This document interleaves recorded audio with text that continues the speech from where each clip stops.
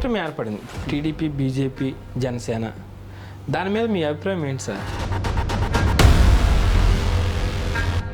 Suppose ఎలక్షన్లో మళ్ళీ YCP ప్రభుత్వం ఏమో వస్తే ఈయన మళ్ళా వెళ్ళి మోడీ గారి దగ్గర సలాం కొట్టరని మీరు చెప్పగలుగుతారా? ఎలా రాజకీయ సిద్ధాంతాలు ఏంటి మీకు? అప్పు, అవినీతి, డ్రగ్స్, రౌడీయిజం, పర్యావరణ విధ్వంసం లేని ఆంధ్రప్రదేశ్. నోవేడేస్ పాలిటిక్స్కి మీ సిద్ధాంతాలకి సింక్ అయ్యే పరిస్థితి ఉందా? ప్రజెంట్ ఉన్న రాజకీయ పరిస్థితి ఏంటంటే, నేను అవగాహన చూసింది, రాజకీయాలని కాస్ట్లీ చేశారండి. 50 కోట్లు ఎలక్షన్ ఖర్చు పెట్టిన క్యాండిడేట్ రేపు ఎలక్షన్లో నెగ్గిన తర్వాత 50 కోట్లని 500 కోట్లు చేయడానికి ట్రై చేస్తాడు తప్ప ప్రజాసేవ చేయడానికి ట్రై చేయడండి. ఇది రైట్ అబద్ధం మీరు చెప్పండి. అదే బటన్ నొక్కితే ఖచ్చితంగా నేరుగా వాళ్ళ ఖాతాలోకి డబ్బులు జమ అయ్యే పరిస్థితి, అలాంటి ఇంటి వద్దకే పాలన తెచ్చినటువంటి పార్టీలన్నీ కాదని అనిల్ గారికి ఓటు వేయాలంటే నేను ఒక స్ట్రైట్ ఫార్వర్డ్ క్వశ్చన్ మీకు అడుగుతాను.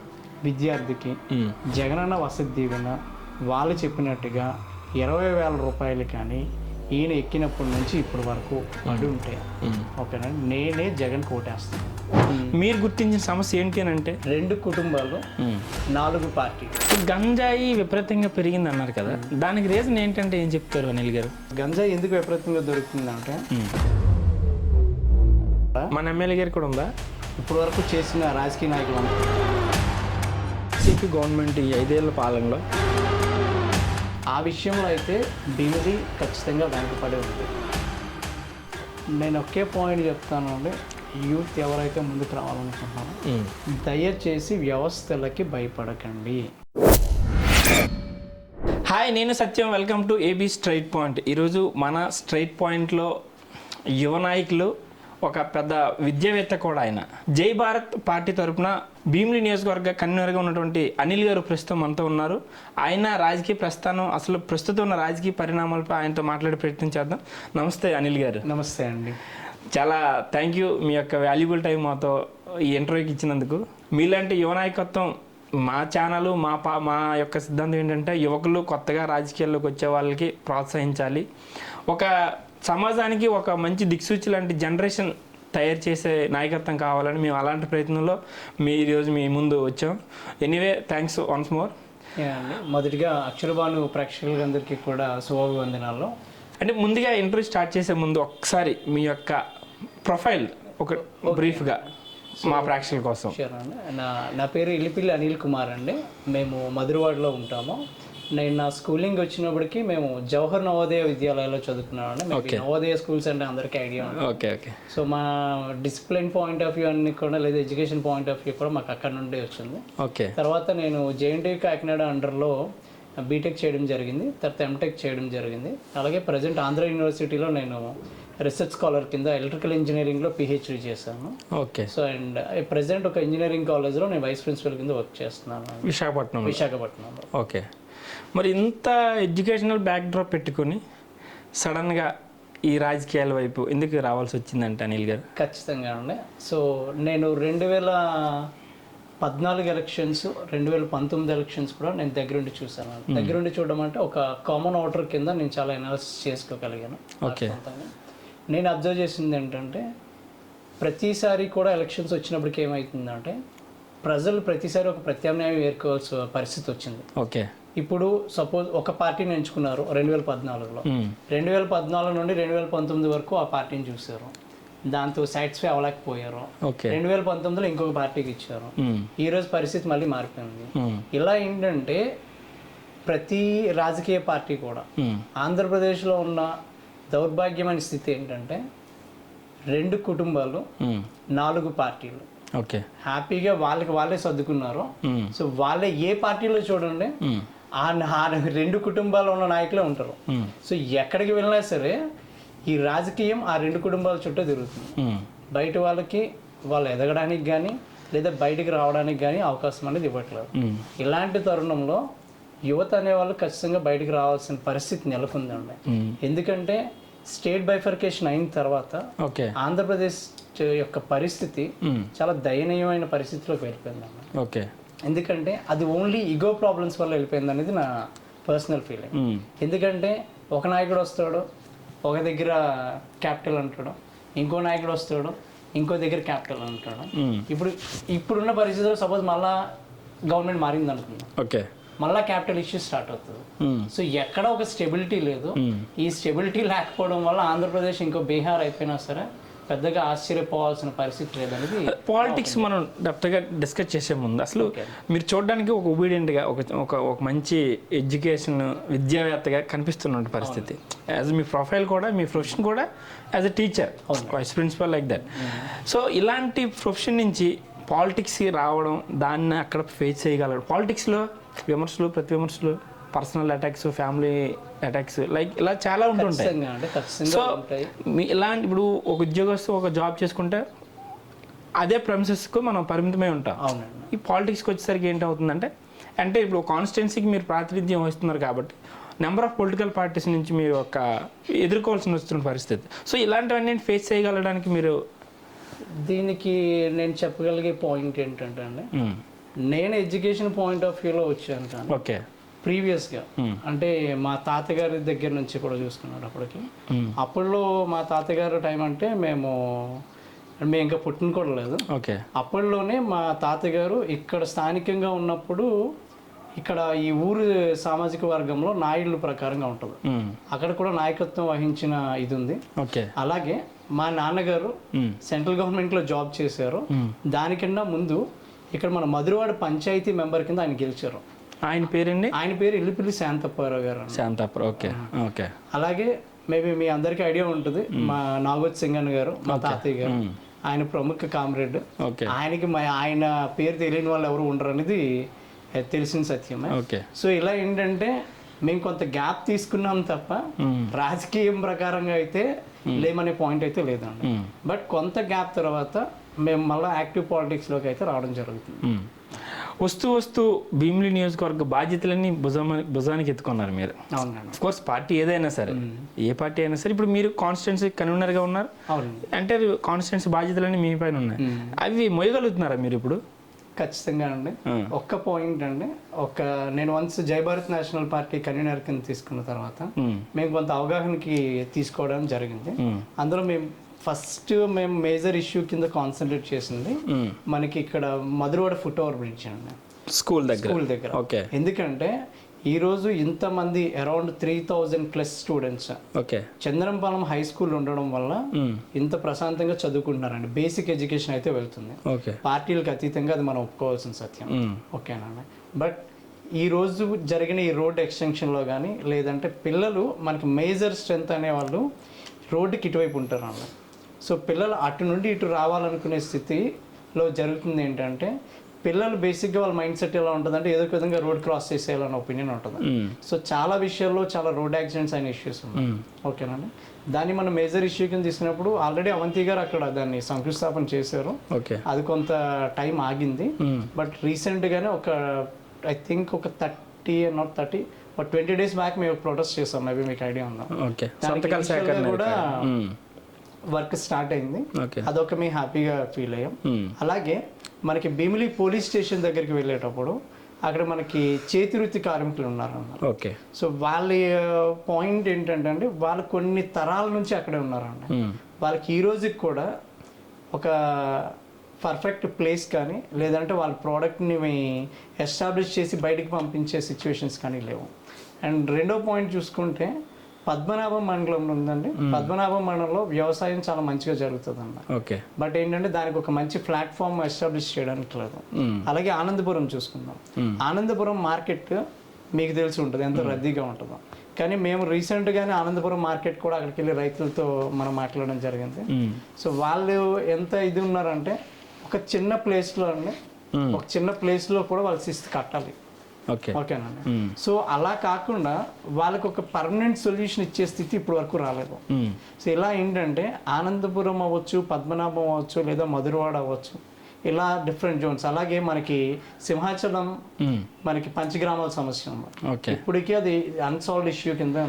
సో ఇప్పుడు మీరు చెప్పినవన్నీ రొటీన్ అంటే కొన్ని మీరు మీ సొంతంగా మీరు గుర్తించినప్పుడు కూడా ఇప్పుడు పంచగాల సమస్య కానీ లేదంటే పంచగ్రామాల సమస్య కానీ లేదంటే ఆనందపురం మార్కెట్ సమస్య కానీ లేదంటే ఫుట్ఓవర్ బ్రిడ్జ్ లైక్ ఇవన్నీ కూడా ఎప్పటి నుంచో ఎంతోమంది చూస్తున్నటువంటి సమస్యలు గుర్తిస్తున్న మీరు సొంతంగా ఇప్పుడు మీరు కొత్త సమస్యలు ఏదైనా తీసుకొచ్చారా ఇప్పుడు మీ ఇన్నాళ్ళ పొలిటికల్ జర్నీలో యాజ్ ఏ కన్వీనర్ మీరు గుర్తించిన సమస్య ఏంటి అని అంటే ఈ కాన్స్టిట్యున్సీలో? నేను 2 పాయింట్స్ చెప్తాను.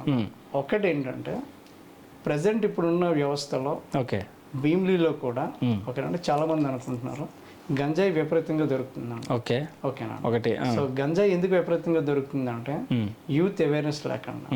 యూత్కి ఎందుకు అవేర్నెస్ లేదంటే మనకి ఎక్కడ ఒక నాలెడ్జ్ హబ్ సెంటర్ అనేది లేదండి. ఓకే మధురవాడికి ప్రప్రథమంగా కూడా ఒక లైబ్రరీ అనేది ఉండాలండి. ఇప్పుడు గంజాయి విపరీతంగా పెరిగింది అన్నారు కదా, దానికి రీజన్ ఏంటంటే ఏం చెప్తారు అనిల్ గారు? సార్ ఇది నోన్ సోర్సెస్ సార్. ఇప్పుడు పండించడం ఎక్కువ జరుగుతుంది ఓకేనండి, అది ట్రాన్స్పోర్ట్ ఈజీ అయింది. ట్రాన్స్పోర్ట్ ఎప్పుడు ఈజీ అవుతుందండి?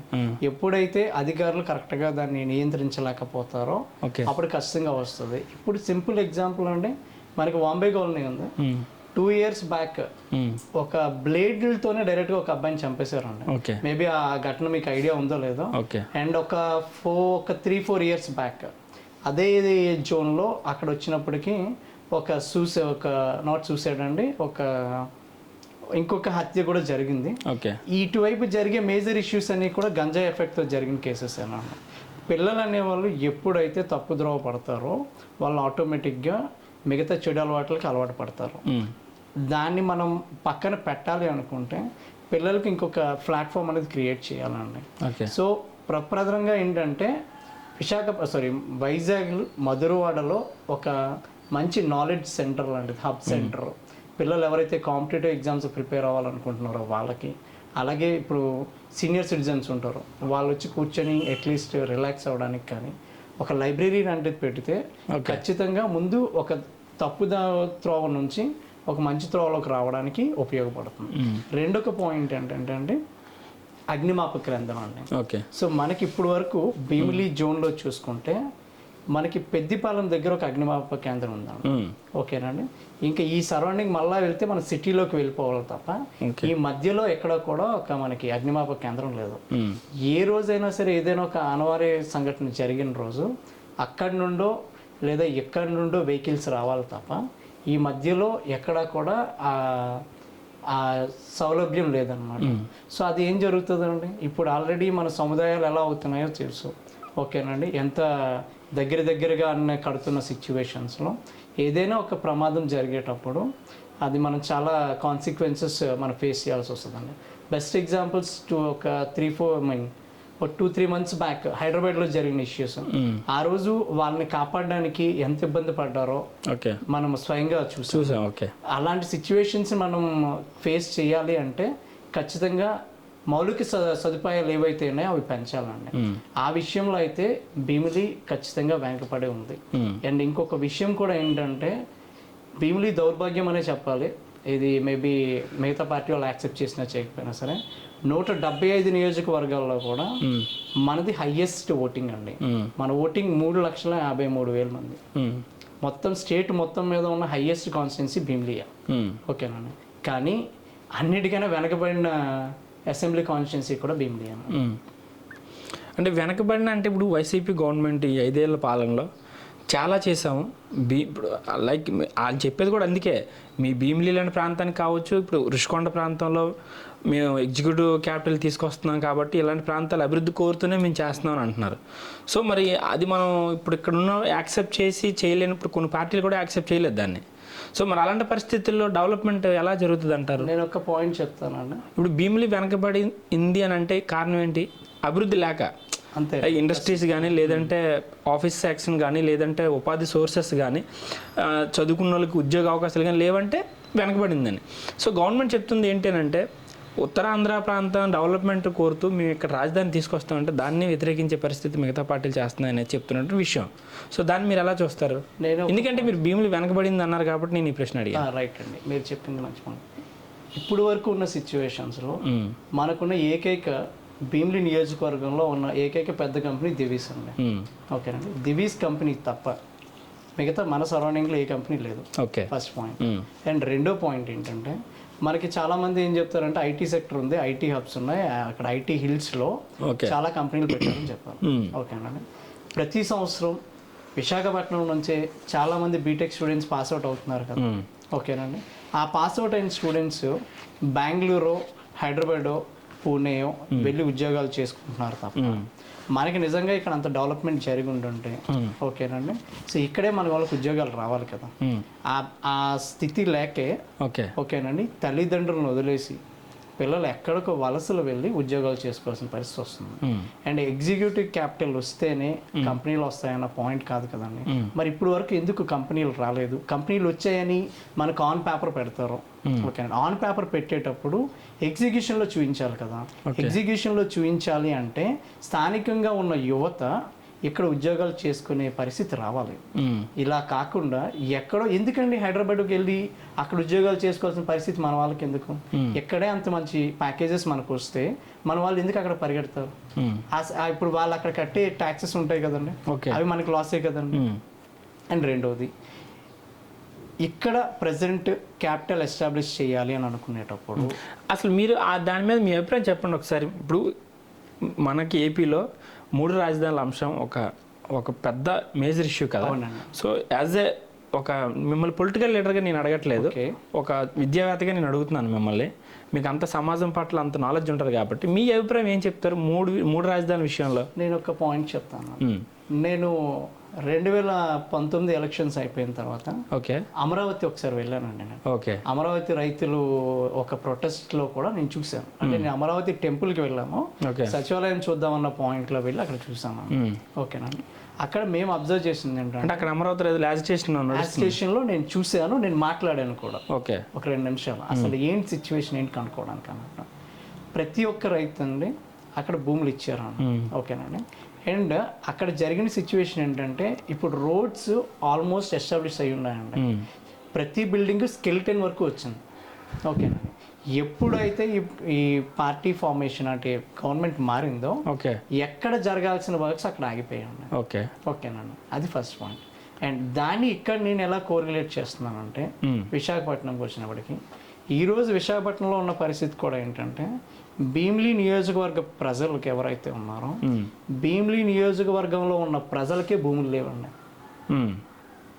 సోకాల్ నిజంగా పెద్ద పెద్ద రాజకీయ నాయకులకు కూడా ఓకేనా, అంటే మన దగ్గర రాజకీయ నాయకులు అనుకున్న వాళ్ళకి కూడా ఎవరికి 1-2 ఎకరాల భూమి ఉన్న వాళ్ళు ఎవరు లేరు, ఓకేనండి. ఆ స్థితి ఎందుకు వచ్చిందంటారు? ఓకేనండి, ఆల్రెడీ దాని తగినంత ఎక్స్పాన్షన్ జరిగిపోయింది. ఈరోజు ఒకసారి మళ్ళా క్యాపిటల్ వచ్చే సిచ్యువేషన్ ఇక్కడికి వచ్చింది అనుకున్నాం. It will take time, establish చేయడానికి టైం పడుతుంది, ఫస్ట్ పాయింట్. రెండోది ఏంటంటే దీన్ని స్వార్థంగా ఆలోచించకుండా ఆంధ్రప్రదేశ్ ప్రయోజనాల కోసం ఆలోచించేటప్పుడు ఓకేనండి ఖచ్చితంగా I will vote for Amaravati అంటే మీరు అమరావతి రాజధాని మీరు యాక్సెప్ట్ చేస్తున్నాను. మీ పార్టీ సిద్ధాంతం అంటే? మా పార్టీ సిద్ధాంతం కూడా they will go for the single capital Amaravati ఖచ్చితంగా. ఎందుకంటే అది ఆల్రెడీ ఎస్టాబ్లిష్ అయి ఉందండి. ఇప్పుడు దాన్ని తీసుకొచ్చి మనం డీవియేట్ చేసి ఇక్కడ ఎస్టాబ్లిష్ చేసి దీన్ని పెట్టడానికి ఆల్రెడీ 10 సంవత్సరాలు మనం లాస్ అయ్యామన్నా. ఇంకొకసారి ఇంకో క్యాపిటల్ మళ్ళీ తీసుకొచ్చి ఎస్టాబ్లిష్ చేసి దాన్ని పెట్టడానికి ఒక యువతరం పోతుంది, వాళ్ళ లైఫ్ పోతుంది. సో దాన్ని సాక్రిఫైస్ చేయాలని మేము అనుకోవట్లేదు. ఇప్పుడు అనిల్ గారు గత పార్టీ జై భారత్ పార్టీ ఆవిర్భావానికి ముందు వరకు మీరు మీ ప్రొఫెషన్లో మీరు ఉన్నారు. అసలు ఒకేసారి ఆవిర్భావం ఈ జై భారత్ పార్టీ జేడి లక్ష్మీనారాయణ గారు అనౌన్స్ చేసిన తర్వాత పార్టీలోకి రావడానికి కారణం ఏంటి? అంటే మీకు పొలిటికల్ ఇంట్రెస్టా, లేదా పార్టీ సిద్ధాంతాలు లేకపోతే పార్టీ అధినేత నచ్చా, లేకపోతే అసలు మీరు ఈ పార్టీలోకి ఎందుకు రావాల్సి వచ్చిందంటే? దేర్ ఆర్ 2 ఫ్యాక్టర్స్ అండి. 2014 నుండి 19 వరకు మనకి ఇక్కడ గంటా శ్రీనివాసరావు గారు ఎమ్మెల్యే. 2019 నుండి 2024 వరకు అవంతి శ్రీనివాసరావు గారు ఎమ్మెల్యే. 2009 నుండి 2014 వరకు ఓకేనండి ప్రజారాజ్యం నుంచి మళ్ళీ అవంతి శ్రీనివాసరావు గారు ఎమ్మెల్యే అప్పుడు. సో అంటే మేము అంటే నాకు రాజకీయం అవగాహన తెలిసినప్పుడు నుండి ప్రతిసారి భీమిలీకి ఏం జరుగుతుందంటే ఎవరో ఒక అవుట్ సైడర్ వస్తారు, ఎక్కడ గెలుస్తారు, మళ్ళీ నెక్స్ట్ ఎలక్షన్కి వచ్చినప్పటికి రేపు కూడా అవుట్ సైడ్ గెలుస్తారండి. నేను అదే చెప్తానండి. సో ఏం జరుగుతుంది అంటే ఎవరో ఒక అవుట్ సైడర్ వస్తారు, గెలుస్తారు, వెళ్తారు, మళ్ళీ నెక్స్ట్ ఎలక్షన్కి ఉండరు. ఓకేనండి. నెక్స్ట్ ఎలక్షన్కి ఏం జరుగుతుంది, మళ్ళీ ఇంకో కొత్త పొజిషన్ కోసం వెతుక్కుంటున్నారు. సో ఇలా జరిగేటప్పుడు ఏం జరుగుతుందంటే ఒక స్టేట్లో అండి ఒక స్టేజ్కి వచ్చినప్పటికీ వీళ్ళకి ఆ పర్టికులర్ ఎమ్మెల్యే అపాయింట్మెంట్ కూడా దొరకదండి. భీమిలి ప్రజలు ఎవరైనా భీమిలి ప్రజల సంగతి పక్కన పెట్టండి, రాజకీయ నాయకులు సోకాలు పెద్ద పెద్ద రాజకీయ నాయకులు ఓకేనండి, అక్కడ వెళ్ళి ఎంవిపిలో ఒక పెద్ద ఆయన దగ్గర బిల్డింగ్ దగ్గర పడిగాపుల రోజులు నేను చూశాను, పడిగాల్సిన రోజు నేను చూశాను ఓకేనండి. అలాగే ఇంకొక ఆయన అనుకుందాం, ఆయన దగ్గరికి వెళ్ళి వీళ్ళు అపాయింట్మెంట్లు కావాలన్నా వీళ్ళు గంటలు గంటలు వెయిట్ చేయాల్సిన పరిస్థితి వస్తుంది. ఇప్పుడు నా సంగతి పక్కన పెట్టాను, నేను పాలిటిక్స్లో చాలా కొత్త అనుకున్నాను. ఇక్కడ స్థానిక రాజకీయం లేదా స్థానిక నాయకత్వం లేదా, మన వాళ్ళు ఎందుకు దాన్ని ఇచ్చేయలేకపోతున్నారు? ఎప్పుడైతే మన దగ్గర నుండి ఒక వాయిస్ అనేది రైజ్ అవుతాం ఖచ్చితంగా ఏం జరుగుతుంది అంటే ప్రధాన పార్టీలు కూడా ఈరోజు క్యాండిడేట్లు ఎందుకంటే భీమిలి నుంచి నించోబెట్టట్లేదు, ఎక్కడెక్కడో ఉన్న నాయకుడిని తీసుకొచ్చి భీమిలిలో నించోబెట్టడానికి ట్రై చేస్తున్నారు తప్ప స్థానికంగా ఉన్న నాయకులు ఎవరు కూడా అంత ఎలిజిబిలిటీ లేదనా, లేదంటే వాళ్ళు గెలవరనా, లేదంటే వాళ్ళు గెలిస్తే తర్వాత ఏమైనా పార్టీలకి ప్రాబ్లం అనా, ఆ విషయం ప్రతి ఒక్క సామాన్య ఓటర్తో పాటు స్థానిక నాయకత్వం అంటే ఇప్పుడు అంత వర్తబుల్ క్యాండిడేట్స్ లేరేనేమో. వర్తబుల్ క్యాండిడేట్ ఎందుకు రారండి? వర్తబుల్ క్యాండిడేట్స్ వస్తారు. ఇప్పుడు నా నినాదం కూడా ఏంటంటే నా పార్టీ సంగతి పక్కన పెట్టండి, నేను ఓపెన్ గా చెప్తున్నానండి, ప్రధాన పార్టీల నుంచి అనుకుందాం, ఓకే స్థానికంగా ఉన్న వాళ్ళకి ఒక సీట్ ఇవ్వమని చెప్పండి, ఎందుకు అందరూ దగ్గర నుండి గెలిపించుకుంటారు, ఎందుకు గెలిపించారండి? సో ఒక్కొక్క పాయింట్ ఏమంటారు అంటే గ్రూప్ రాజకీయాలు వస్తాయేమో అని అంటారు. స్థానికత్వం గురించి మాట్లాడుతున్నాం కాబట్టి ఇప్పుడు మీరు ఒకే కన్వీనర్ ఒక పార్టీ నుంచి పొలిటికల్ అవునండి లీవ్ ఇట్ కాసేపు పక్కన పెడదాం, మీరు చెప్పండి అంటే పార్టీలకు అతీతంగా. సో మీ మైండ్లో ఈ అభ్యర్థి ఎమ్మెల్యే అభ్యర్థి లైక్ మీరు కూడా ఒక ఫస్ట్ అనిల్ గారు, సెకండ్ పేరు ఒకటి చెప్పండి. నేను ఒక పాయింట్ చెప్తాను. ఇక్కడ ఏంటంటే 2019 ఎలక్షన్లో పంచగర్ల సందీప్ ఓకే ఎంత మంచి అబ్బాయి అండి ఓకేనండి. సో పార్టీకే పూర్తిగా ఒక అవగాహన లేని టైంలో ఓకే 22,000 ఓట్లు తీసుకొచ్చాడు ఓకేనండి, అది గొప్ప విషయం నేను ఒప్పుకుంటాను. ఎందుకంటే మనం పక్క వాళ్ళని కూడా అప్రిషియేట్ చేయడం గొప్ప విషయం అని నా ఫీలింగ్ ఓకేనండి. 2019 నుంచి ఈ రోజు వరకు పంచగర్ల సందీప్ ఎంత కష్టపడ్డాడో అందరికీ తెలుసు ఓకేనండి. నిజంగా కష్టపడ్డాడు కదా అబ్బాయి, పార్టీ కోసం కష్టపడ్డాడు, 5 ఏళ్ళు పార్టీలో ఉన్నాడు కదండి. ఈ రోజు పరిస్థితి ఏంటండి, ఆయన టికెట్ వచ్చే పరిస్థితి సందిగ్ధం ఉంది. ఇంకా సందిగ్ధం అప్పుడు మీరు చెప్పండి ఓపెన్ ఉందని అనుకుంటే ఇప్పుడు మాట్లాడదాం. రెండోది కోరాడు రాజబాబు గారు ఉన్నారు ఓకేనండి. కోరాడు రాజబాబు గారు 2009లో ఇదే అవంతి శ్రీనివాసరావు గారి మీద ఇండిపెండెంట్ గా చేశారు. దానికన్నా ముందు యాక్చువల్ గా టికెట్ అయిందే, ప్రజారాజ్యంలో టికెట్ నిజంగా కోరాడు రాజబాబు గారిది. ఆయన ఇక్కడ దగ్గర నుండి ఆయన ఎవరు ప్రజారాజ్యంలో చంద్రబాబు నాయుడు చిరంజీవి గారి సభ పెట్టేటప్పుడు ఇక్కడ నుండి ప్రత్యేకంగా బస్సులు వేసి ఆయన దగ్గర ఆర్థిక స్తోమతను మొత్తాన్ని ఆర్పుకొని ఇక్కడ నుండి తీసుకెళ్లి జనాల్ని తిరుపతి సభకు తీసుకెళ్లారు. కన్ఫర్మ్ గా టికెట్ కన్ఫర్మ్ అనుకున్న క్యాండిడేట్ ఆయన ఓకేనండి. అప్పుడు కూడా వచ్చారు, ఎవరో సీట్ పట్టుకెళ్ళిపోయారు ఓకేనండి. ఈరోజు 2019 ఎలక్షన్ అయిపోయిన తర్వాత ఈ రోజున పార్టీని ఏదో ఒక విధంగా ముందుకు తీసుకొస్తున్న వ్యక్తి రాజబాబు గారు ఓకేనండి. ఈరోజు అదే టీడీపీ ప్రభుత్వం ఓకేనండి, అదే టీడీపీ పార్టీ అంత ఆలోచించి ఉండుంటే ఓకేనండి అక్కడ ఏం జరిగి ఉండాలి? ఈరోజు ఆ పరిస్థితి ఉందా? లేదు ఓకేనండి. ఇలా ఎవరైతే డిఫరెంట్ అంటే పార్టీలకు అతీతంగా పార్టీలకు అతీతంగానే నేను మాట్లాడుతున్నాను. అంటే నేను ఎందుకు అన్నాను పార్టీలకు అతీతంగా, ఇప్పుడు కోరాడు రాజబాబు కానీ సందీప్ కానీ ఈరోజు మీరు కానీ మీలాంటి ఇండిపెండెంట్ క్యాండిడేట్స్ ఎంతమంది ఉన్నప్పటికీ కూడా అల్టిమేట్గా ఏం జరుగుతుంది, ఆ నాన్ లోకల్ అభ్యర్థులకే ఓట్లు వేస్తున్నారు, గెలుస్తున్నారు కూడా.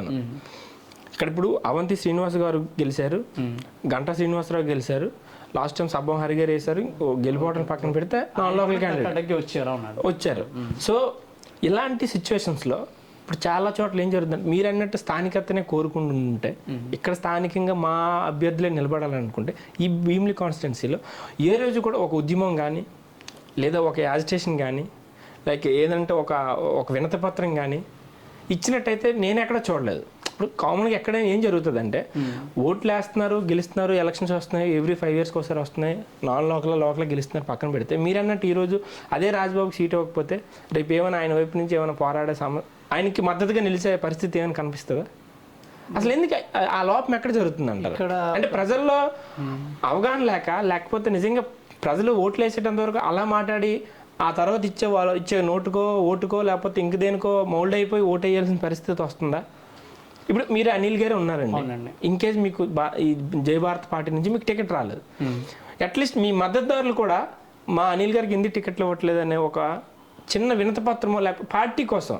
నేను ఈ ఒక్క విషయంలో నేను ఒక్కతన్ని అయితే అప్రిషియేట్ చేయాలండి. ఓకే, పిల్లా సత్యనారాయణ గారు, ఓకేనండి.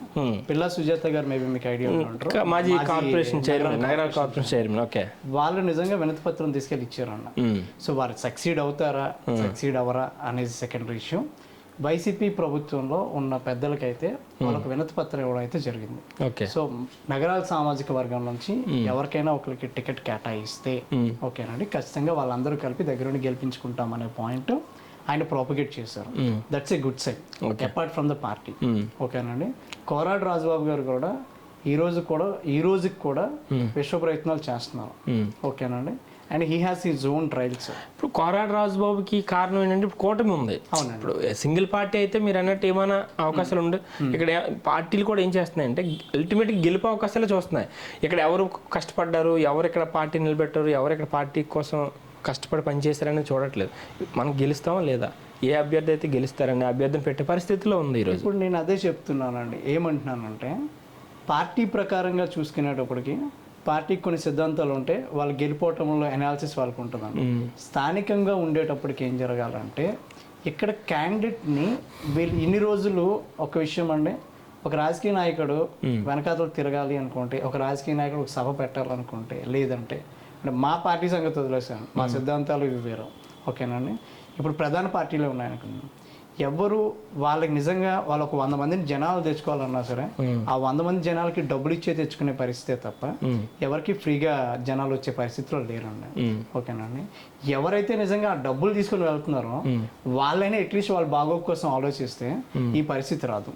అండ్ రెండో పాయింట్ నేనేమంటున్నానంటే, ఇప్పుడు జై భారత్ నేషనల్ పార్టీ ఉంది, మేము మా పార్టీ నుంచి ఇక్కడ లోకల్ క్యాండిడేట్కి టికెట్ కేటాయిస్తాం. ఓకేనండి.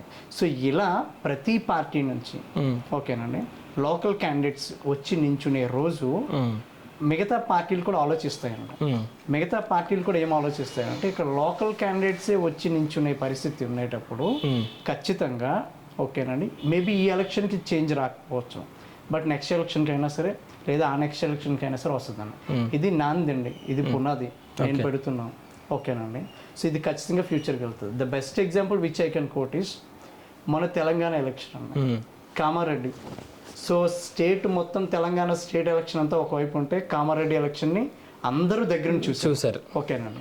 అండ్ ఇంకో విషయం కూడా చెప్తాను, చాలామంది ఏమనుకుంటారంటే ఎలక్షన్ అంటే మన ఓట్లు కొనేయాలి, డబ్బులే ప్రభావితం చేస్తాయి. ఓకేనండి. అండ్ నెక్స్ట్ పాయింట్ ఏంటంటే దానికి పరపతి ఉండాలి, దాని లెవెల్స్ వేరండి. అయితే కామారెడ్డిలో 3 కంటెస్ట్ చేశారు. ఓకేనండి. మిగతా వాళ్ళు ఇండిపెండెన్స్ సంగతి పక్కన పెట్టండి, ప్రధానంగా 3 చేశారు. ఒకరు రేవంత్ రెడ్డి ప్రజెంట్ సీఎం. ఓకేనండి. ఇంకొకరు కేసీఆర్ ఎక్స్ సీఎం. ఓకేనండి. Third person local candidate. అవునండి.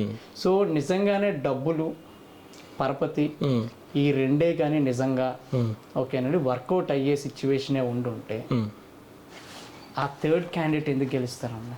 ఓకేనండి. ప్రజలు ఆలోచిస్తారండి. చాలా మంది ఏమనుకుంటారంటే ప్రజలు ఆలోచించరేమో, లేదంటే ప్రజలు ఓట్లు ఓన్లీ డబ్బులతోనే చూస్తారేమో. ఇలాంటి సిచ్యువేషన్స్ మారాయండి. ఎందుకు మారాయని అంత స్ట్రాంగ్గా చెప్తున్నానంటే రీసెంట్గానే ఒక 3 days బ్యాక్ మాకు ఒక సభ జరిగింది MVP కాలనీలో. ఓకేనండి. ఈ MVP కాలనీలో సభ జరిగేటప్పుడు కూడా వాలంటరీగా జనాలు వస్తున్నారండి. వాలంటరీగా జనాలు ఎప్పుడు వస్తారండి? ఎందుకంటే మా పార్టీ సిద్ధాంతం ఈ వాలంటరీగా వచ్చే జనాలు ఓట్లు వేస్తారనేది అయితే మాత్రం ఏపీలో లేదు సార్. నేను మీ ఆ కామెంట్ నేను డిఫర్ అవుతుంది. ఎందుకంటే ఇప్పుడు పవన్ కళ్యాణ్ మీటింగ్లు కూడా చాలా మంది జనాలు లక్షల్లో వస్తున్నారు. మీరు అదే తెలంగాణలో ఒక సభలో చూస్తే అనాలిసిస్ చెప్పిన ప్రకారంగా అయితే ఒక సభకి ఆయనకి 22 లక్షల మంది అంతమంది జనాభా వచ్చారు. అవునండి. కానీ ఆ పార్టీకి పడ్డ ఓట్లు 2000. అంటే లైక్ మీరు అన్నట్టు వాలంటీర్గా వచ్చేదంతా ఓట్ బ్యాంక్ అనుకుంటే అది రాదు. అభిమానంతో రావచ్చు, ఇప్పుడు అనిల్ గారి మీద అభిమానంతో రావచ్చు, లేదా మీ పార్టీ అధినేత జేడీ గారి లక్ష్మీనారాయణ గారి అభిమానం మీద రావచ్చు. సో దాన్ని ఓటు బ్యాంక్ కన్వర్ట్ చేయడంలో చాలా పార్టీలు విఫలమవుతున్నాయి. సో దాన్ని మనం కన్సర్న్గా ఒక కన్సిడర్ చేయాల్సిన పని కూడా లేదు. నేనేమంటున్నానంటే ఇప్పుడు అనిల్ గారు లాంటి వ్యక్తి మీరు ఉన్నారు, మీరు అంటున్నారు ఇది నాంది. అక్కడ కామారెడ్డినే ఎగ్జాంపుల్గా చూసుకొస్తే అదే ఇది మీకు ఇక్కడ వర్కౌట్ అయితే మీరు గెలవాలి కదా. నేను అది చెప్తున్నాను అండి.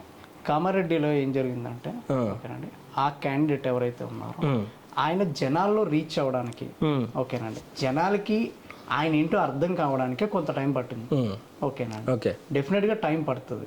ఓకేనండి, అండ్ ఈ ఎలక్షన్ వరకు నేను ఇక్కడ చెప్పగలిగే పాయింట్ ఏంటంటే, గంటా శ్రీనివాసరావు గారిని చూడలేదా భీమిలి ప్రజలు? చూశారు. అవంతి శ్రీనివాసరావు గారిని చూడలేదా భీమిలి ప్రజలు? చూశారు. ఓకేనండి, ఈ రోజు వరకు టీడీపీ, బీజేపీ, జనసేన కూటమి నుండి అభ్యర్థి ఎవరో తెలియదు, ఏ పార్టీ నుంచి కూడా తెలియదు. అలాగే ఓకేనండి, ఇక్కడ మనకి వైసీపీ నుంచి కూడా క్యాండిడేట్ ఎవరు అనేది అఫీషియల్ డిక్లరేషన్ అయితే జరగలేదు. పార్టీలకి నిజంగా అంత నిబద్ధత ఉంటే, అంత కాన్ఫిడెన్స్ ఉంటే, గెలుస్తామనే నమ్మకాలే ఉండుంటే ఓకేనండి, ఈ రోజు వరకు ఎందుకు క్యాండిడేట్స్ డిక్లేర్ చేయలేకపోయారు? అక్కడ ఇంకొక లాజిక్ ఏంటంటే అధికార పార్టీ కూడా చేయలేదు. అదే చెప్పు, అపోజిషన్ అంటే సరే వాళ్ళు అపోజిషన్లో ఉన్నారు, కూటమిలో ఉన్నారు, అది వాళ్ళకి ఈక్వేషన్స్ వేరేగా ఉంటాయి. ఇప్పుడు 5 ఏళ్ళ పాటు మేము అంత చేసాం, ఇంత చేసాం, అభివృద్ధి చేసాం, ఇక్కడ ఉన్న స్థానిక ఎమ్మెల్యే చెప్పినట్టు ఒక గజం కూడా భూమి కూడా ఎక్కడ కబ్జాలు గురవలేదు, మేము ట్రాన్స్పరెంట్గా పాలన చేస్తాం అనేటప్పుడు ఆయన సీట్ ఆయనకే డౌట్గా ఉండే పరిస్థితి ఉంది. సో ఆ పార్టీ కూడా మీరు అన్నట్టు అఫీషియల్గా అనౌన్స్ చేసే పరిస్థితి లేదు. ఎందుకంటే ఎత్తుకు పై ఎత్తు అనే సిచ్యువేషన్లోనే ఉందండి. అయితే ఒక పాయింట్, ప్రజలు అందరినీ అన్ని గమనిస్తూ ఉంటారండి, గమనించకుండా ఉండడం అయితే ఉండదండి. బట్ ఏంటంటే ఒక్కొక్కసారి మేబీ కొన్ని మిరాక్యులస్గా జరగచ్చు, లేదా కొన్నిటికి టైం పట్టవచ్చు. మరి ఆ మిరాకిలే మా ఈ నియోజకవర్గంలో మరి అనిల్ గారు ఏం సృష్టిస్తారేమో నేను అనుకుంటున్నాను. ఖచ్చితంగా చేస్తానని నేను కూడా అనుకుంటున్నాను. ఎందుకంటే ఒక పాయింట్ ఉందండి, అంటే నేను పర్సనల్గా నేను కొంచెం సెల్ఫ్ కాన్ఫిడెంట్. ఎందుకు నేను సెల్ఫ్ కాన్ఫిడెంట్ అంటే, నేను ఎడ్యుకేషన్ ప్రకారంగా నేను బెటర్ ఉన్నాను, నాకు ఒక అవగాహన ఉంది. రెండోది, నా ఓటర్లు ఎంతమంది అంటే 3,53,000 మంది అండి. నేను నిజంగా అంటే నాకు ధైర్యం ఉంది. ఓకే, నేను వెళ్ళి 3,53,000 మందిని నేను ప్రతి ఒక్కరిని వెళ్ళి ధైర్యంగా వెళ్ళి వాళ్ళతో మాట్లాడే ధైర్యం నాకు ఉందండి. ఓకేనండి. రెండొక పాయింట్, రేపు ఇన్ కేసు ఎలక్షన్స్ అయిపోయిన తర్వాత కూడా ఎవరికి ఈ నియోజకవర్గంలో ఎవరికి ఏ ప్రాబ్లం వచ్చినా సరే వాళ్ళు నాకు రిప్రజెంటేషన్ ఇవ్వగలిగేటప్పుడు నేను దానికోసం ఫైట్ చేసే ధైర్యం నాకు ఉందండి. ఎందుకంటే నేను ఉంటున్నది భీమిలి నియోజకవర్గంలో, మధురవాడలో. నాకు ఎక్కడో సీతందారులో వెళ్ళలేదు, ఎక్కడో ఎంవిపిలో వెళ్ళలేదు, నేను ఇక్కడే ఉంటాను. పొద్దున్న లేచినప్పటి నుండి నా నుంచి కాదండి, మా తాతగారి నుంచి, మా నాన్నగారి నుంచి నేను ఎక్కడే ఉన్నాను, ఎక్కడే ఉంటాను, మా భావితరాలు కూడా ఎక్కడ ఉంటాయి. సో నేను ఎక్కడి నుండి బయట నుండి రావాల్సిన పరిస్థితి నాకు లేదు. ఈ ఒక్క కాన్ఫిడెన్స్ చాలదా అండి? మరి ఈ కాన్ఫిడెన్స్ అనిల్ గారికి గత 2-3 ఎన్నికల వరకు ఎందుకు రాలేదు? ఒక పాయింట్, దానికి కూడా ఒక ఇది చెప్తాను. ఇప్పుడు మీ వయసు ఎంత సార్? ఇప్పుడు నేను 33 అండి. 33 అంటే మీకు అప్పుడు ఒక 22 ఎలక్షన్ బ్యాక్ వెళ్తే ఒక 20 ఖచ్చితంగా కదా. సో ఆ 20 ఇయర్స్లో కూడా మనకు ఆ మొత్తం రాజకీయ అవగాహన ఉంటుంది. మ్యాక్సిమం ఎంత డేరింగ్ స్టెప్ వేయలేకపోవచ్చే కానీ మ్యాక్సిమం అవగాహన ఉండి ఉంటుంది. అది అంటే ఒక పాయింట్ కూడా చెప్పగలుగుతాను ఏంటంటే, రాజకీయ అవగాహన ఒకటి ఉంటుంది, రెండోది ఏంటంటే పార్టీలు మభ్య పెట్టడం ఒకటి ఉంటుంది. ఓకేనండి. ఇక్కడ ఉన్న సిచ్యువేషన్ కూడా ఏంటంటే, మా మామయ్య గారు ఒక ఆయన ఉన్నారు. ఓకేనండి, ఆయనకి రాజకీయం తెలిసినప్పటి నుంచి ఈ రోజు వరకు టీడీపీ జెండా పట్టుకుని ఉన్నారు. ఓకేనండి. సో ఒక టైప్ ఆఫ్ ఇన్ఫ్లుయెన్సింగ్ టైప్ ఉంటుంది. సో మేము కూడా ఏమనుకున్నాం అంటే, చిన్నప్పటి నుండి మాకు 2 పార్టీలు ఉంటే, ఒకటి టీడీపీ, ఇంకొకటి కాంగ్రెస్. మైండ్ బ్లైండ్ గా ఫిక్స్ అయిపోయింది. అది ఆ టైప్ ఆఫ్ అట్మాస్ఫియర్ ఉందండి.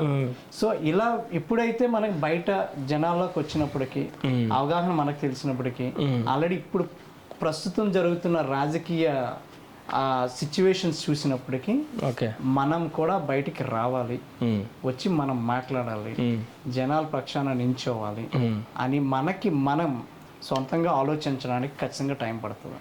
కొంతమందికి ఆ అవేర్నెస్ ముందే వస్తుంది, కొంతమందికి టైం అనిల్ గారికి వచ్చింది, మేబీ నాకు వచ్చింది, అందుకే నేను ముందుకు వచ్చాను. ఇప్పుడు మీరు political platform almost full fledged పాలిటిక్స్లో ఉన్నారు. సేమ్ టైం మీ ప్రొఫెషనల్ మీరు ఉన్నా సరే పాలిటిక్స్లో యాక్టివ్గా ఉన్నారు.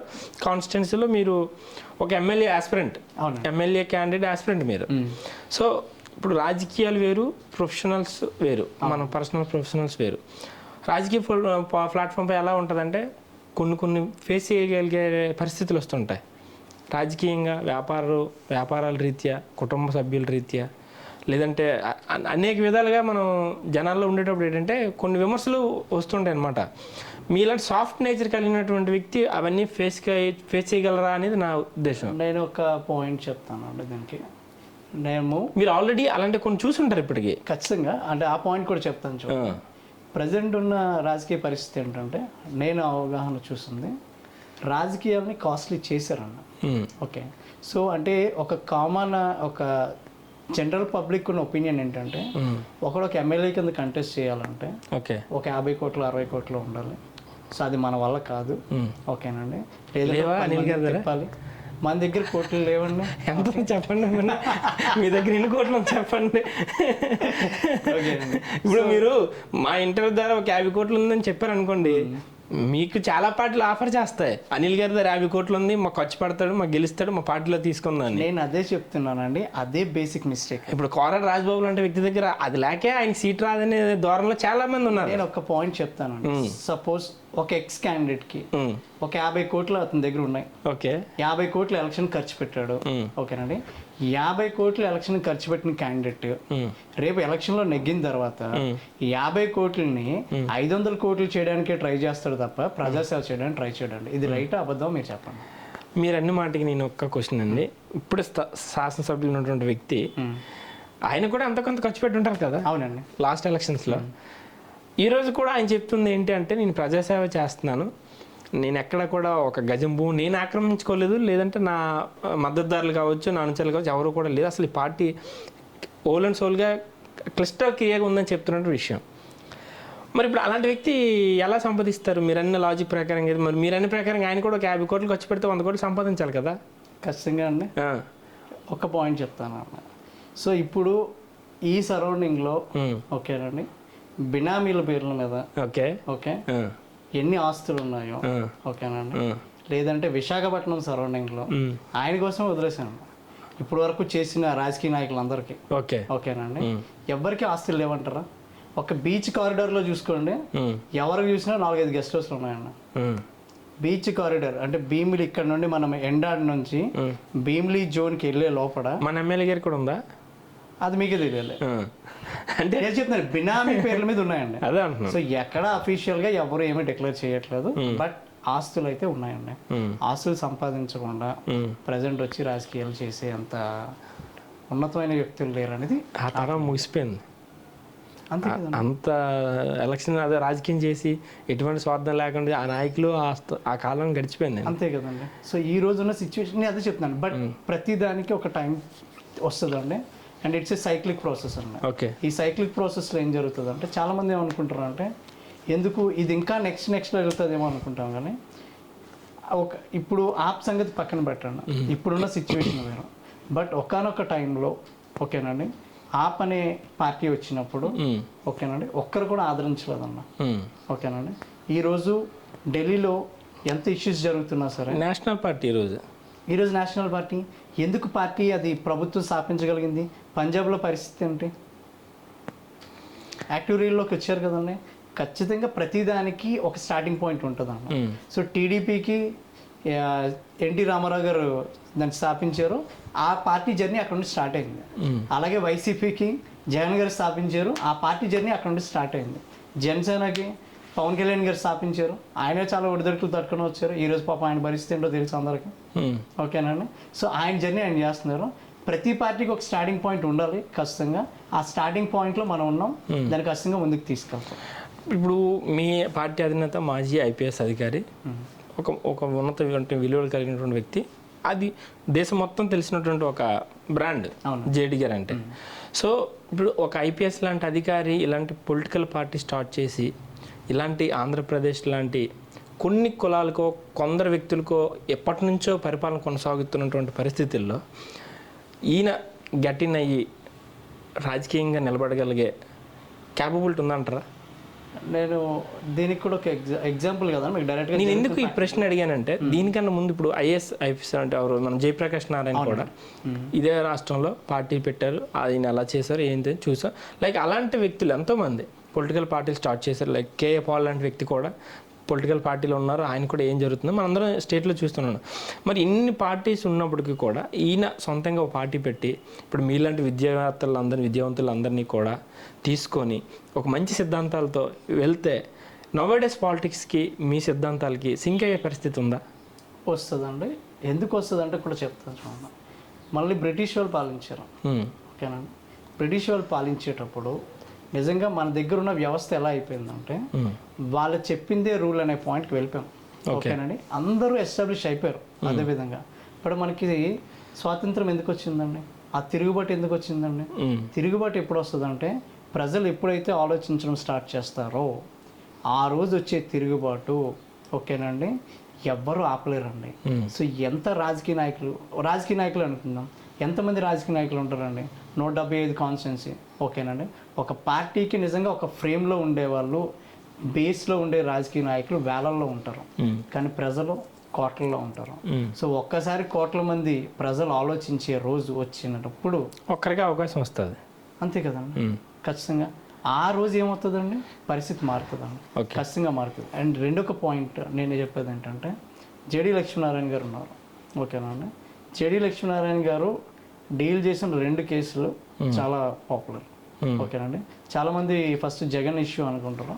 జగన్ ఇష్యూ కన్నా సార్ డీల్ చేసిన ఫస్ట్ కేసు గాలి జనార్దన్ రెడ్డి గారు అండి, ఓకేనండి.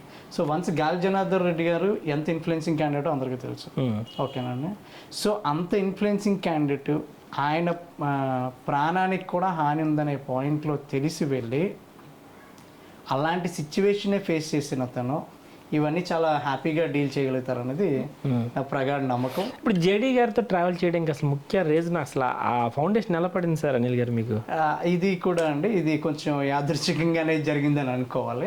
అంటే చాలా పొలిటికల్ పార్టీస్ ఉన్నాయి కదా, మీరు వెళ్ళాలనుకుంటే ఉన్నాయి, కానీ జేడీ గారి పార్టీకి వెళ్ళాలి, ఆయనతో ట్రావెల్ చేయాలని ఎలా అనిపించింది? నేను ఒక పాయింట్, ఆయన సిద్ధాంతాలను ప్రతి ఒక్కరు కూడా ఎవరైతే చదువుకున్న వ్యక్తులు ఉన్నారో సో వాళ్ళందరికీ జేడీ లక్ష్మీనారాయణ గారిలో పరిచయం ఉంటుంది ఈజీగా. రెండోది ఆయన మాట్లాడే ప్రతి మాటలో కూడా ఒక అర్థం ఉంటుంది, ఓకేనా.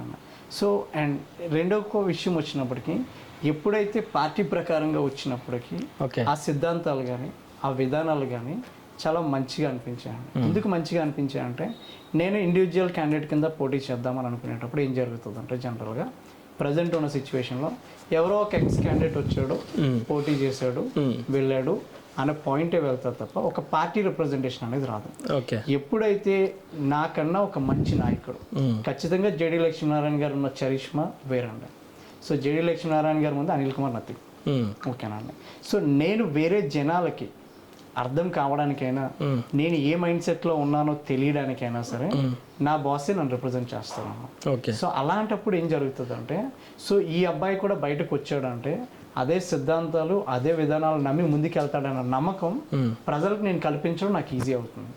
సో దానివల్ల నాకు కొంచెం బెటర్ ప్లాట్ఫామ్ వస్తుంది. ఆయన ఎలా కలిసారండి? ఫస్ట్ ఆయనతో మీకు ఎలా పరిచయం, లేదా ఆయన ఎలా ఇప్పుడు పార్టీలో జాయిన్ అవ్వాలంటే దానికి కొంత డిస్కషన్ ఉంటుంది, అవునండి. కొంత స్టార్టింగ్ జర్నీ ఎలా స్టార్ట్ అయింది, అసలు ఎక్కడ కలిసారు ఆయన్ని? సార్ నేను విజయవాడలో మీట్ అయ్యానండి. యాక్చువల్గా వైజాగ్లో మీట్ అవ్వాలి, బట్ అన్ఫార్చునేట్లీ అది sir full tight schedule.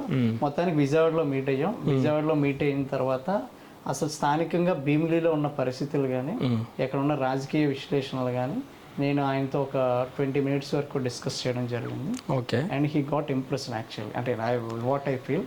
So నీకు ఒక మంచి అవగాహన ఉంది, ఖచ్చితంగా నువ్వు పార్టీలో జాయిన్ అవ్వు అనే పాయింట్లో చెప్పి వెంటనే 2 daysలో మళ్ళీ కాల్ చేయడం జరిగింది. సో వచ్చేసి భీమిలి కన్వీనర్ పోస్ట్ తీసుకోవడం జరిగింది. ఆ విధంగా మనం ముందుకు వెళ్ళాం, స్టార్ట్ చేయండి. కన్వీనర్గా మీరే ఉన్నారా ఆ టైంలో? మీతో పాటు ఎవరైనా కాంపిటీషన్ ఉన్నారా ఈ భీమిలిలో? భీమిలికి నేనే అండి. అండ్ స్టేట్ మొత్తంలో 175 నియోజకవర్గాల్లో కూడా ఫస్ట్ కన్వీనర్ కింద నన్నే డిక్లేర్ చేసి మీదే భీమిలి కాన్స్టిట్యున్సీ అనిల్ గారు. ఇప్పుడు మొత్తం 175 కాన్స్టిట్యున్సీలో కన్వీనర్స్ ఉన్నారా? ఇప్పుడు ప్రెసెంట్ ఆల్మోస్ట్ ఒక 150 వరకు ఎస్టాబ్లిష్ అయిపోయారండి. ఓకే. ఇంకొక 25 members వరకు ఐ థింక్ దేర్ స్టిల్ ఇంకా కొంచెం, అంటే ఆ తర్వాత కోఆర్డినేటర్స్ ఇచ్చామన్నమాట.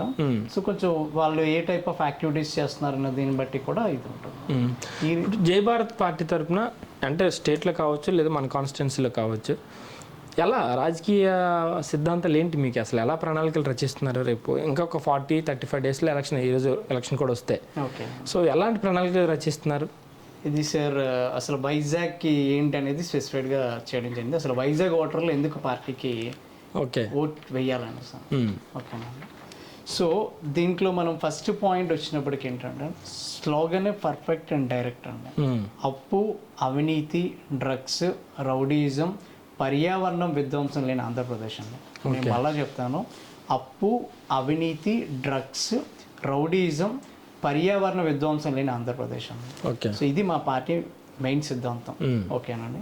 ఎందుకంటే ఇప్పుడున్న స్థితిలో ప్రజెంట్ అప్పులు కూరుకుంటూ వెళ్ళిపోతున్నాయండి. సో ఎక్కడికక్కడే. ఓకేనండి. ప్రజెంట్ ఎక్కడ ఏ మనం పాలసీ కానీ ఇంప్లిమెంట్ చేయాలన్నా సరే ఇంకెక్కడ దగ్గర నుండి అప్పు చేయడమే తప్ప సంపద సృష్టించే సిచ్యువేషన్లో ఆంధ్రప్రదేశ్ లేదు. ఇది వాస్తవ సత్యం, అందరికీ తెలిసిందే. ఓకే. అంటే మీ పార్టీ సిద్ధాంతాలు ఓకే, ఎవరి పార్టీ సిద్ధాంతాలు వాళ్ళకు ఉంటాయి, దాన్ని రేపు పొద్దున్న రూలింగ్లోకి వచ్చినా లేదంటే వాళ్ళు ఇంప్లిమెంట్ చేస్తారు, అది వేరే విషయం. పొలిటికల్గా ఇప్పుడు ఈ నియోజకవర్గంలో మీరు ఎన్నికలకు వెళ్ళాలంటే ఏ విధంగా వెళ్తున్నారు? అంటే రాజకీయంగా ఇప్పుడు చాలా పార్టీలు ఉంటాయి, మీ క్యాడరు, మీ నాయకత్వం, మీ ఓటర్లు మీ పార్టీ సిద్ధాంతాలకి ఆకర్షితులై ఉన్న వాళ్ళని వాళ్ళు ఎలా మోటివేట్ చేసుకొని మీరు ముందుకు వెళ్ళాలనుకుంటున్నారు యాక్చువల్గా? ఓకేనండి. పాయింట్ మనకు వచ్చినప్పటికీ మేము ఆల్రెడీ మాకు మెంబర్షిప్ రిజిస్ట్రేషన్స్ అనేవి జరిగాయండి. భీమిలీలో ఇప్పటి వరకు మేము ఒక 12,000 మందిని యాక్టివ్ మెంబర్షిప్ని రిజిస్ట్రేషన్ చేయడం జరిగింది. ఓకే. అండ్ ఇప్పుడు మనకి భీమిలీలో ఒక పాయింట్ ఏంటంటే మనకి కొంత గ్రామీణ సెక్టర్ వస్తుంది, అలాగే అర్బన్ సెక్టర్ వస్తుంది. సో కార్పొరేషన్ లెవెల్లో వార్డ్స్ వైజ్ కమిటీస్ కూడా ఫ్రేమ్ చేసాము. ఆల్రెడీ ఏ వార్డుకి ఆ వార్డు మెంబర్స్ ఫ్రేమ్ అయ్యారు. అండ్ అలాగే ఇప్పుడు మనకి మండలాల వైజ్ కూడా టీమ్స్ ఫ్రేమ్ చేశారు. ఓకే. సో దాన్ని బట్టి మనం ఇంకా గ్రౌండ్ లెవెల్ రిపోర్ట్స్ అనేది తెప్పించుకోవడం జరుగుతుంది. ఇప్పుడు భీమిలీ నియోజకవర్గానికి అభ్యర్థి మీరైనా ఇంకేమైనా మారే ఛాన్స్ ఏమైనా ఉందా? నేనే డిక్లేర్ చేశారు, ఆల్రెడీ డిక్లేర్ చేశారు. మీరు ఎమ్మెల్యేగా ఇక్కడ కంటెస్ట్ చేస్తారు జయ భారత్ పార్టీ తరఫున. ఓకే. అంటే ఇప్పుడు మీ పార్టీ అంటే యాక్చువల్గా ఇది మిమ్మల్ని అడిగే ప్రశ్న కాదు, ఎందుకంటే సో మీకు అంత అవగాహన ఉంటుంది కాబట్టి, దట్టు మీరు నెంబర్ 1 ఫస్ట్ ప్లేస్లో ఉన్నారు కాబట్టి జయ భారత్ కన్వీనర్గా అనౌన్స్ చేసింది. స్టేట్ వైడ్ 175 సీట్లలో కూడా పోటీ చేసే పరిస్థితి ఉందా జయ భారత్ పార్టీ? పాయింట్ ఉందండి. ఈ రీసెంట్గానే ఏపీ యునైటెడ్ ఫ్రంట్ అని ఒక ఫ్రంట్ స్థాపించడం జరిగింది. సో ఆ పార్టీ ఫ్రంట్లో నుంచి కొంత పార్టీ ఒక 4-5 పార్టీలు అరౌండ్ ఫ్రేమ్ చేస్తున్నారు. మేము అరౌండ్ ఒక 100+ వరకు కూడా కంటెస్ట్ చేస్తున్నాం. మిగతా వాళ్ళు కూడా కొంచెం సీట్లు సర్దుబాట్లు అవి కూడా జరుగుతాయి. ఇప్పుడు ఇంత పొలిటికల్ సినారియోలో ఈ ఎలక్షన్ పీక్ టైంలో అసలు మిమ్మల్ని మీరు ఎలా ఈ రాజకీయాన్ని డిఫైన్ చేస్తారని అడిగితే ఏం చెప్తారు? 1-2 విషయాలు 2 ముక్కల్లో. 2 ముక్కల్లో అండి, ఎవరైతే నేననే కాదండి ప్రతి నియోజకవర్గంలో కూడా స్థానికంగా ఉన్న క్యాండిడేట్లు ఎవరైతే ఉన్నారో వాళ్ళకి దయచేసి సపోర్ట్ చేయండి. ఎందుకు సపోర్ట్ చేయమంటున్నామంటే ఎప్పుడైతే స్థానికంగా ఉన్నవాడికి మీరు ఓటు వేసి గెలిపించుకుంటారో అదే రోజు ఎవరైతే గెలుస్తారో వాళ్ళకి ఒక భయం ఉంటుంది, బాధ్యత ఉంటుంది, అకౌంటబిలిటీ ఉంటుంది. ఆ 2 ఉన్న రోజు ఓకేనండి ఆటోమేటిక్గా అభివృద్ధి ముందుకు పరిగెడుతుందండి. మీకు సింపుల్ ఎగ్జాంపుల్ అంటే మీరు ఇప్పుడు మధురవాడ నుండి ఇక్కడికి వచ్చి ఉంటారు. ఓకేనండి, ఆ రోడ్డు పరిస్థితి ఏంటండి? అవునే కదండి. సో ఇలాగే సో కాల్డ్ ఎన్ని రోడ్స్ ఉన్నాయో పరిస్థితి తెలుసు. మౌలిక సదుపాయాలు ఉన్నాయి. మౌలిక సదుపాయాలు ఎప్పుడు కరెక్ట్గా మనం ఎస్టాబ్లిష్ చేయగలుగుతామో ఆటోమేటిక్గా డెవలప్మెంట్ దానికి అది ముందుకు వస్తుందండి. మీకున్న అవగాహన ప్రకారంగా ఈ భీమిలీ నియోజకవర్గంలో ఎవరు గెలుస్తారంటే? ఖచ్చితంగా నేనే గెలుస్తాను. చాలా కాన్ఫిడెంట్గా చెప్పారు. చాలా కాన్ఫిడెంట్గా చెప్తాను. ఎందుకు నేను చెప్తాను? మీకున్న స్ట్రెంత్ ఏంటి సార్? ఇప్పుడు మీరు గెలుస్తారన్నారు, ఓకే, మీది సెల్ఫ్ కాన్ఫిడెన్స్. ఇప్పుడు ఆల్రెడీ టీడీపీ కొన్ని రోజులు పరిపాలన చేసింది, ఇప్పుడు వైసీపీ ఆల్రెడీ రూలింగ్లో ఉన్నారు, వాళ్ళు ప్రజలకు చాలా అభివృద్ధి చేస్తారు, చాలా అదే బటన్ నొక్కితే ఖచ్చితంగా నేరుగా వాళ్ళ ఖాతాలోకి డబ్బులు జమ అయ్యే పరిస్థితి. అలాంటి ఇంటి వద్దకే పాలన తెచ్చినటువంటి పార్టీలన్నీ కాదని అనిల్ గారికి ఓటు వేయాలంటే నేను ఒక స్ట్రైట్ ఫార్వర్డ్ క్వశ్చన్ మీకు అడుగుతాను.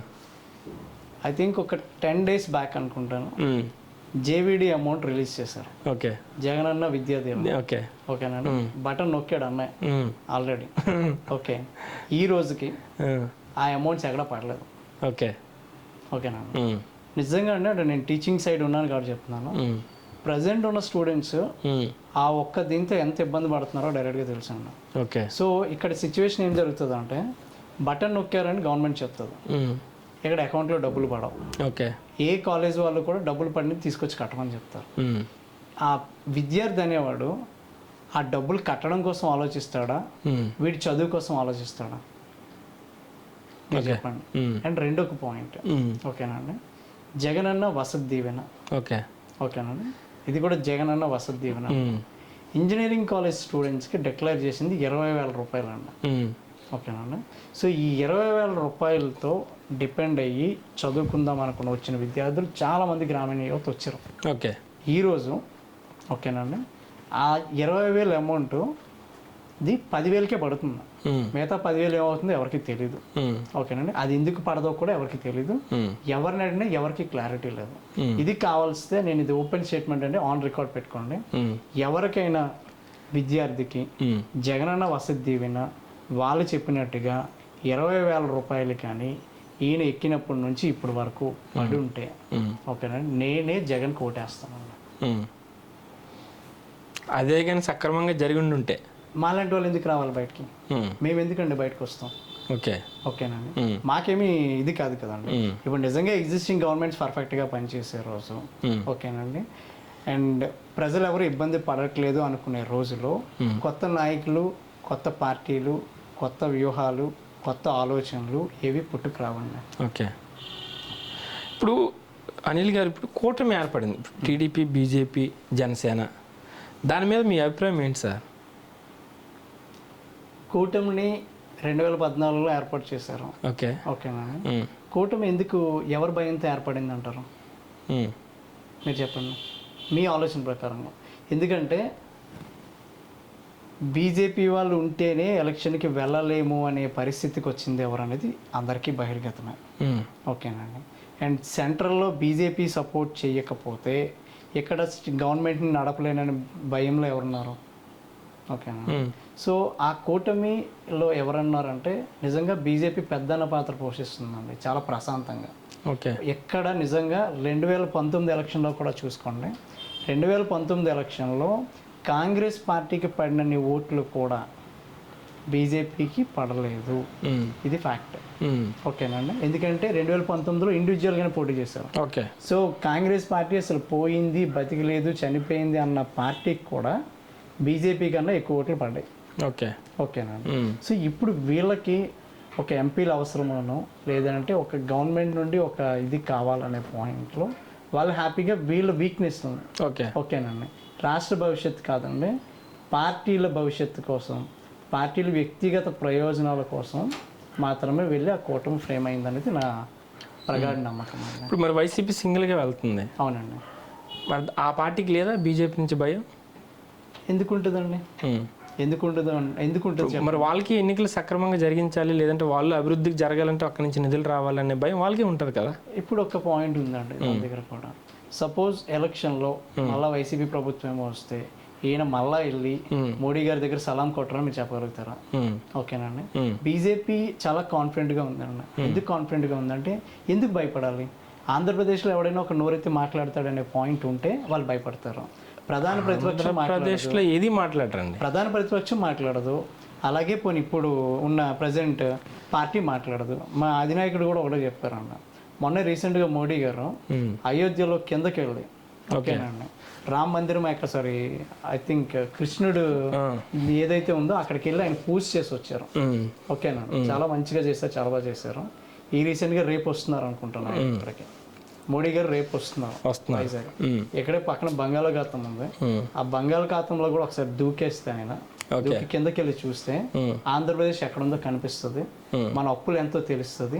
అట్లీస్ట్ అక్కడ నుండి మన పైకి తీసుకురావడానికి ఈ కూటమి నుంచి అయినా ఆయన ప్రయత్నిస్తే బాగుంటుంది అనేది మా పార్టీ మా నాయకుడు చెప్పిన ఇది. ఇప్పుడు ఓవరాల్గా ఇప్పుడు స్టేట్ వైడ్ కావచ్చు లేదా నియోజకవర్గంలో కావచ్చు, ఇప్పుడు అనిల్ గారు లాంటి నాయకులు, యువ నాయకులు మీరు వచ్చారు, మీకు అవేర్నెస్ ఉంది, మీకు సమాజం పట్ల అవగాహన ఉంది, ఇక్కడుండి ఇప్పుడున్న అధికార పక్షం ఎలా పాలన చేస్తుంది, ఏ పార్టీ రావాలి, ఏ నాయకుని ఎన్నుకోవాలనేది క్లియర్గా మీరు చెప్తున్నటువంటి విషయం. మీలాంటి యువకులకి మీరు ఫైనల్గా ఇచ్చే సజెషన్స్ ఏంటి? నిరుద్యోగులు కావచ్చు లేదా ఉద్యోగస్తులకు, అంటే మీన్ అవగాహన, రాజకీయ అవగాహన ఉండి ఇంట్రెస్ట్ ఉండి, ఇప్పుడు మీరంటే డేర్ చేసి బయటకు వచ్చారు, చాలామంది మీలాంటి వాళ్ళకి అవగాహన ఉంటుంది కానీ అక్కడికి వచ్చి నిలబడే ఇది ఉండదు అనమాట. సో అలాంటి వాళ్ళకి మీలాంటి యువ నాయకులు చెప్పే సూచన ఏంటి ఫైనల్గా? నేను ఒకే పాయింట్ చెప్తానండి, యూత్ ఎవరైతే ముందుకు రావాలనుకుంటున్నారో దయచేసి వ్యవస్థలకి భయపడకండి. ఓకేనండి, సో వ్యవస్థలకు భయపడే రోజు, లేదంటే మా ఇంట్లో వాళ్ళు ఏమనుకుంటారు, లేదంటే మా పక్కింటోడు ఏమనుకుంటాడు అనే పాయింట్లో అనుకునేటప్పుడు మన పరిస్థితులు, మన ఫ్యూచర్ పరిస్థితి, లేదంటే మన భావితరాలు కూడా మనకన్నా దయనీయ పరిస్థితిలోకి వెళ్ళిపోతాయి. దీనికి ఒకే ఎగ్జాంపుల్ మీకు చెప్తానండి. మేము వన్స్ ఈ కన్వీనర్ కింద తీసుకొని వచ్చిన తర్వాత ఒక పెద్ద పార్టీ నుంచి ఉన్న పెద్ద వ్యక్తి ఓకే ఒక ఇన్ఫార్మల్ కామెంట్ ఏం చేశారంటే, బాగుంది, బాగానే తెచ్చో ఓకే అన్న, ఎక్కడైనా ఒక ఎకరం 2 ఎకరాలు ఉంటే చూసి అమ్మిస్తే నువ్వు కొంచెం బాగా ఎలివేట్ అవ్వగలుగుతాను సార్. నేను ఒకటే చెప్తానండి ఏంటంటే, సో అలాంటి కామెంట్స్ ఓకేనండి, అలా ఖచ్చితంగా ప్రతి ఒక్కరు ఎక్కడో దగ్గర పోకప్ చేస్తూనే ఉంటారు. ఆ పోకప్ చేసే వాళ్ళు ఎవరైతే ఉన్నారో వాళ్ళు మళ్ళీ వెళ్ళి ఏదో పార్టీ బూట్లు నాకుతూనే ఉంటారు. సో అలా భయపడకుండా మీరు బయటకు వచ్చి నిలబడే రోజు మీరు డెవలప్ అవుతారు, మీతో పాటు మీ వాళ్ళు డెవలప్ అవుతారు, మీ వాళ్ళు మనం డెవలప్ అయ్యామంటే ఆటోమేటిక్గా సమాజం డెవలప్ అవుతుంది. ఓకే, మీరన్నట్టుగా యువత రావాలి పాలిటిక్స్లోకి, మీరన్న విషయాలను వాళ్ళు కూడా గుర్తించుకొని మీలాగే బయటకు వచ్చి ఫైట్ చేస్తే ఖచ్చితంగా సమాజంలో మార్పు వస్తుంది. అనిల్ గారు, థ్యాంక్ యూ మీ యొక్క విలువైన సమయాన్ని మాకు ఇచ్చినందుకు. ఖచ్చితంగా ఇంకొక పాయింట్, ఈ 2 days బ్యాకే మాకు ఎలక్షన్ కమిషన్ కూడా టార్చ్ లైట్, బ్యాటరీ టార్చ్ని మాకు సింబల్ కింద కేటాయించడం జరిగింది. ఓకే. సో ఖచ్చితంగా భీమిలి ప్రజలందరూ కూడా బ్యాటరీ టార్చ్ మీద ఓటు వేసి మమ్మల్ని మంచిగా గెలిపించాలని నేను కోరుకుంటున్నాను. ఖచ్చితంగా మీరు అనుకున్నట్టు మీ సిద్ధాంతాలు, మీ పార్టీ యొక్క నాయకత్వాన్ని చూసి భీముల ప్రజలు మీకే ఓటేయాలని నేను కూడా మనస్ఫూర్తిగా కోరుకుంటూ, మళ్ళీ మీరు ఎమ్మెల్యే అయిన తర్వాత మాకు ఎంట్రీ ఇవ్వాలని కోరుకుంటూ థ్యాంక్ యూ అనిల్ గారు. Thank you so much. ఇది ఇవాళ స్ట్రైట్ పాయింట్. వచ్చే వారం ఇంకో అతిథితో కలుద్దాం. అంతవరకు సెలవు, నమస్తే.